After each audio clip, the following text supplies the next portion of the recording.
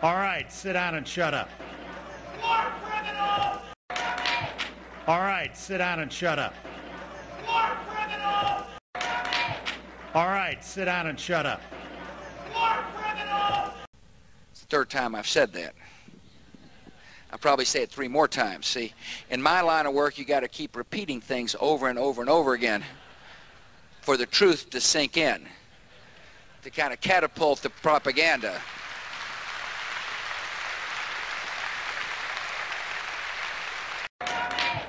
All right, sit down and shut up.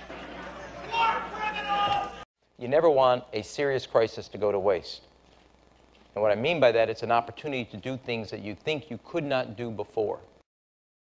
Let us never tolerate outrageous conspiracy theories concerning the attacks of September the 11th, malicious lies that attempt to shift the blame away from the terrorists themselves, away from the guilty.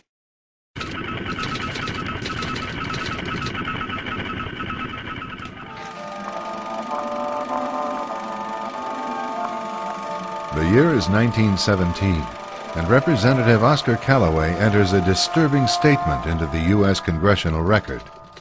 The statement reveals why J.P. Morgan interests hired 12 high-ranking news managers.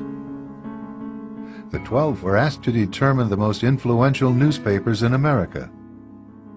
They were to figure out how many news organizations it would take to control generally the policy of the daily press of the United States. The 12 found it was only necessary to purchase the control of 25 of the greatest papers. An agreement was reached. The policy of the papers was bought, and an editor was placed at each paper to ensure that all published information was in keeping with the new policy. Soon, that policy would be defined by a front group formed by J.P. Morgan and his colleagues. In fact, Morgan's personal attorney was founding president of the organization, the Council on Foreign Relations.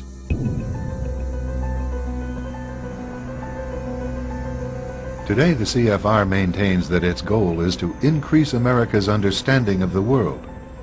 However, the actual objective of this highly exclusive club is revealed by the rare admissions of the insiders themselves.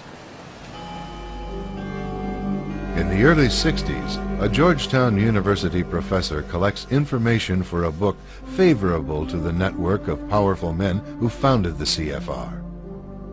For 2 years, Professor Carroll Quigley is allowed to examine the confidential papers and secret records of this network.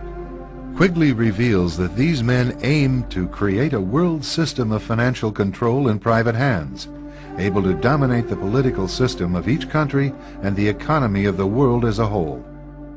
In short, they seek total and quiet control of the entire world. And the CFR is their most visible conduit for carrying out that agenda. CFR members include America's wealthiest tycoons, as well as the highly placed elite in government, academic institutions, tax-exempt foundations, and the establishment media. Ruling Class Journalists, written by Richard Harwood, describes the CFR membership as the ruling establishment in the United States.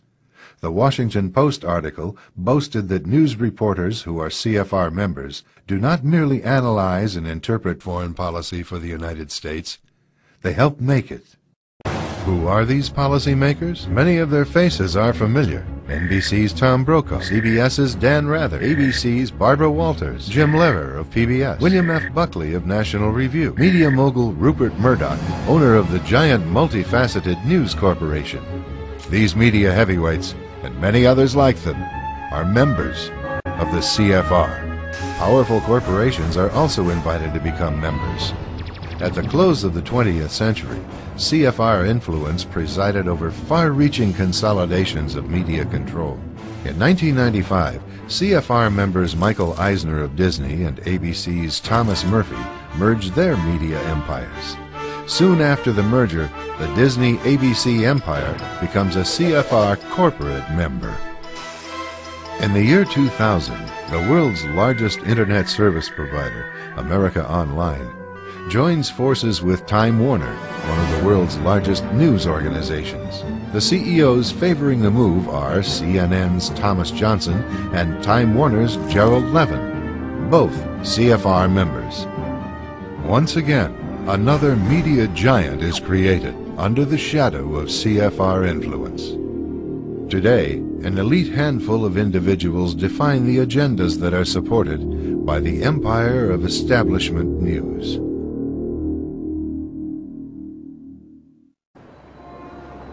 So why do you think I should work for the National Security Agency? Well, you'd be working on the cutting edge. You'd be exposed to the kind of technology that you wouldn't see anywhere else because we've classified it. Superstring theory, chaos math, advanced algorithms. Code breaking. Well, that's one aspect of what we do. Oh, come on. I mean, that is what you do. You guys handle 80% of the intelligence workload. You're 7 times the size of the CIA. We don't like to brag about that, Will. But you're exactly right. So the way I see it, the question isn't, why should you work for the NSA? The question is, why shouldn't you? Why shouldn't I work for the NSA? It's a tough one. But I'll take a shot. Say I'm working at the NSA and somebody puts a code on my desk, something no one else can break. Maybe I take a shot at it, and maybe I break it. And I'm real happy with myself because I did my job well. But maybe that code was the location of some rebel army in North Africa or the Middle East, and once they have that location, they bomb the village where the rebels are hiding. 1,500 people that I never met, never had no problem with, get killed. Now the politicians are saying, oh, send in the Marines to secure the area because they don't give a shit. It won't be their kid over there getting shot, just like it wasn't them when their number got called because they were all pulling a tour in the National Guard. It'll be some kid from Southie over there taking shrapnel in the ass. He comes back to find that the plant he used to work at got exported to the country he just got back from, and the guy who put the shrapnel in his ass got his old job because he'll work for 15 cents a day and no bathroom breaks.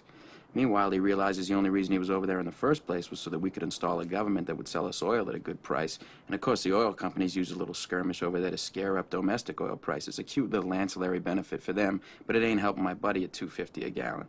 They're taking their sweet time bringing the oil back, of course. Maybe they even took the liberty of hiring an alcoholic skipper who likes to drink martinis and fucking play slalom with the icebergs. It ain't too long till he hits one, spills the oil, and kills all the sea life in the North Atlantic. So now my buddy's out of work, he can't afford to drive, so he's walking to the fucking job interviews, which sucks because the shrapnel in his ass is giving him chronic hemorrhoids, and meanwhile he's starving because every time he tries to get a bite to eat, the only blue plate special they're serving is North Atlantic scrod with Quaker State. So what did I think? I'm holding out for something better. I figure, fuck it, while I'm at it, why not just shoot my buddy? Take his job, give it to his sworn enemy, hike up gas prices, bomb a village, club a baby seal, hit the hash pipe, and join the National Guard. I could be elected president. Reagan was elected to the presidency. He installed Louis Giuffrida as head of FEMA, the Federal Emergency Management Agency.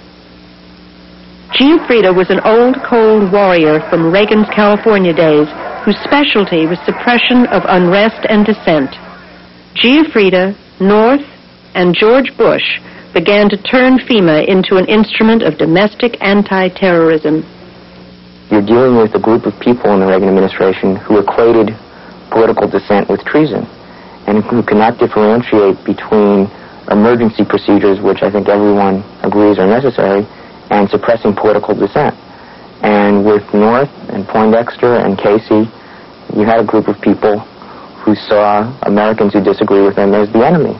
Colonel North, in your work at the NSC, were you not assigned at one time to work on plans for the continuity of government in the event of a major disaster? Mr. Chairman. I believe that question touches upon a highly sensitive and classified area, so may I request that you not touch upon that, sir? I was particularly concerned, Mr. Chairman, because I read in Miami papers and several others that there had been a plan developed by that same agency, a contingency plan in the event of emergency that would suspend the American Constitution, and I was deeply concerned about it and wondered if that was the area in which he had worked. I believe that it was, but I wanted to get his May I most confirmation. respectfully request that that matter not be touched upon at this stage. If we wish to get into this, I'm certain arrangements can be made for an executive session. And tragically, the only member who got close was Jack Brooks, and he was stopped by the chairman. It was stunning video posted on the internet for all to see, and it came with a charge that police masqueraded as protesters at this week's Montebello summit to incite violence. Tonight, an equally stunning admission from Quebec's provincial police. Susan Bonner reports. Everybody! Busted. 3 Quebec provincial police officers, identities masked, one carrying a huge rock,